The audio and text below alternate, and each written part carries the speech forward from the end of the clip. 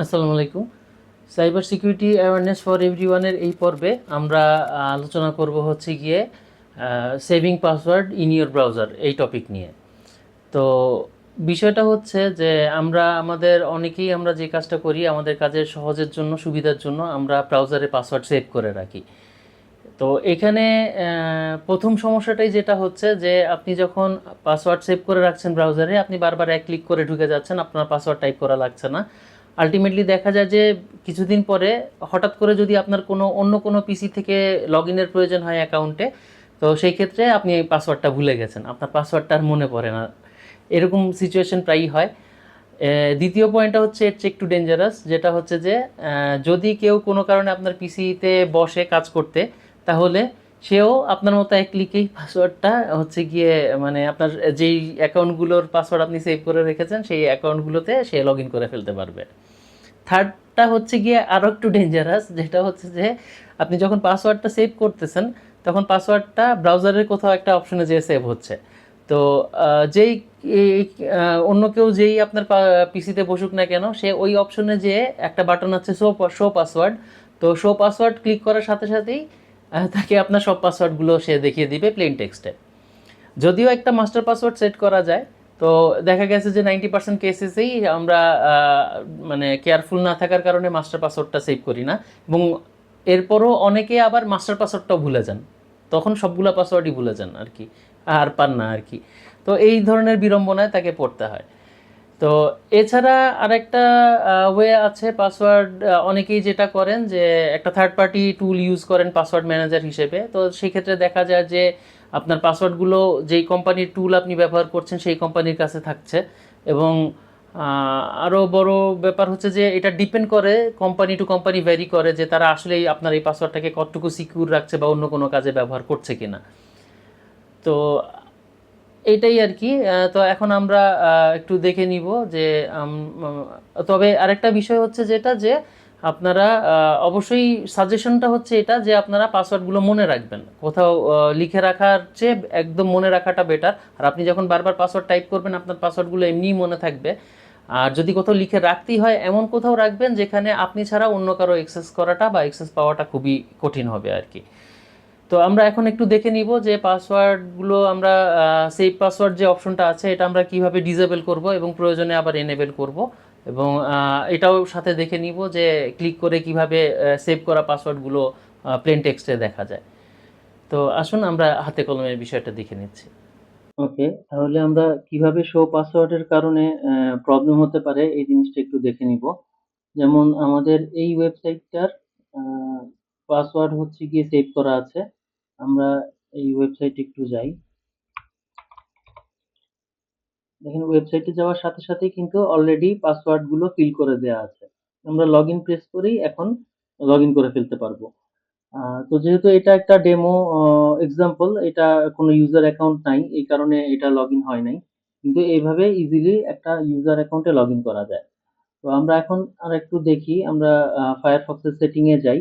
Setting A password and autofill. তো দেখেন এখানে হচ্ছে গিয়ে ম্যানেজ সেভ পাসওয়ার্ডস, এখানে দিলে আমরা এখানে শো আইকনটা দেওয়ার সাথে সাথে আমাদেরকে পাসওয়ার্ডটা দেখা দিবে। তো এভাবে করে যে কেউ এখান থেকে পাসওয়ার্ড নিয়ে যেতে পারে। তবে লেটেস্ট আপডেট গুলো যা এসেছে ফায়ারফক্সের এবং ক্রোম এবং মাইক্রোসফট এজের জন্য এটা প্রযোজ্য। ক্রোম এবং মাইক্রোসফট এজে বাই ডিফল্ট করে দেওয়া হয়েছে, এবং এখানে ফায়ারফক্সে একটা অপশন রাখা হয়েছে অ্যাডিশনাল, যে required device sign in to manage password. আমরা যদি এটা ক্লিক করে দেই, তাহলে ডিভাইসের যে পাসওয়ার্ড আছে এই পাসওয়ার্ডটা কেউ যদি পাসওয়ার্ড শো করার চেষ্টা করে তাহলে ডিভাইসের পাসওয়ার্ডটা চাবে। যেমন আমরা এখানে দিলাম, আমরা দিয়ে এটা একবার এক্সিট করি, এক্সিট করে আবার ঢুকে দেখার চেষ্টা করি। আমরা আবার সেটিংস থেকে পাসওয়ার্ড থেকে ম্যানেজ সেভ পাসওয়ার্ড, তো যখন আমরা এখানে শো অপশনটা দিব তখন আমাদেরকে ডিভাইসের পাসওয়ার্ডটা যাবে। ডিভাইসের পাসওয়ার্ড না দেওয়া পর্যন্ত এটা দেখাবে না। তবে বিষয়টা হচ্ছে যে আমরা যখন অফিসে কাজ করি শেয়ার্ড কম্পিউটারগুলোতে অনেকের কাছেই ডিভাইসের পাসওয়ার্ডটা থাকে। আবার দেখা যায় যে আমরা যখন কাউকে কাজ করার জন্য আমাদের পিসিটা হাতে দেই বা ল্যাপটপটা হাতে দেই, তখন হচ্ছে গিয়ে আমরা আসলে অনেক সময় ম্যাক্সিমাম ক্ষেত্রেই আমরা আমাদের ডিভাইসের পাসওয়ার্ডটাও তাকে দেই। তো এই কারণে এই বিষয়টা তারপরও একটা vulnerable পয়েন্ট থাকে, যে যেখান থেকে আমাদের পাসওয়ার্ড গুলো চুরি হতে পারে। সো এটা আমরা কিভাবে বন্ধ করতে পারি? এটা বন্ধ করা খুব সহজ। এটা এখান থেকে এই পাসওয়ার্ড অটোফিল এর অপশন থেকে যদি আমরা ক্লিকটা তুলে দেই, তাহলে এটা আর আ পা ফায়ারফক্স আর পাসওয়ার্ড সেভ করার জন্য আ যাবে না, অপশনই দিবে না। বা পাসওয়ার্ড সেভ করে রাখবে না। তো এটা ছিল ফায়ারফক্স। আমরা এখন একটু Google Chrome টা দেখব। উম Google Chrome এ যাই। Google Chrome এ হচ্ছে গিয়ে আ আমরা এখানে একটু চেক করি দেখি। ঠিক একইভাবে পাসওয়ার্ড চলে আসছে। এখান থেকে আমরা লগইন ক্লিক করলেই লগইন করার সুযোগ পাবো। এবং এখানে হচ্ছে গিয়ে আমরা যদি সেটিংস এ যাই, সেটিংস এ যেয়ে হচ্ছে গিয়ে অটোফিল পাসওয়ার্ড, এখানে আমরা পাসওয়ার্ডে ক্লিক করব। ক্লিক করলে এখানে যেরকম পাসওয়ার্ডটা দেখাচ্ছে এইখানে ঢুকতে চাইলে তখন ওই ডিভাইসের পাসওয়ার্ডটা সে চাবে। আর হচ্ছে গিয়ে যদি আমরা এটা বন্ধ করতে চাই তাহলে এখান থেকে আবার সেটিং এ ক্লিক করতে হবে এবং এইটা অন অফ করে আমাদেরকে আ বন্ধ করতে হবে। এটা এখন অন করা আছে। আমরা এটা বন্ধ করে দিলে তখন Chrome আর পাসওয়ার্ড সেভ করতে চাবে না। একইভাবে আমরা একটু Microsoft Edge টাও দেখে নেই। Microsoft Edge এ আমরা আগে দেখি। ঠিক একইভাবে একই ওয়েতে পাসওয়ার্ড গুলো সেভ করে রাখে এবং লগইন এর জন্য অফার করে। এখান থেকে আমরা সেটিংস এ যাব। আ সেটিংস থেকে পাসওয়ার্ড অ্যান্ড অটোফিল। অটোফিল থেকে Microsoft পাসওয়ার্ড ম্যানেজার। এখানে একটা পাসওয়ার্ড আছে। আমরা এই যে ask to save পাসওয়ার্ড, এটা বাই ডিফল্ট অন করা থাকে, এজন্য পাসওয়ার্ড চায়, সেভ করতে চায়। তো আমরা যেটা করব যে এখান থেকে পাসওয়ার্ডটা ask to save পাসওয়ার্ড অপশনটা বন্ধ করে দিব। আর এদিকে হচ্ছে গিয়ে সেম ভাবেই এখানেও এটা হচ্ছে গিয়ে ডিভাইসের পাসওয়ার্ড দিলে সে হচ্ছে গিয়ে পাসওয়ার্ড গুলো শো করে দিবে।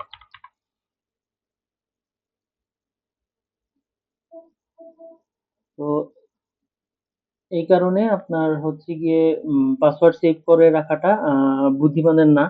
আ এটা আমার সাজেশন থাকবে যে পাসওয়ার্ডটা সেভ না করার জন্য।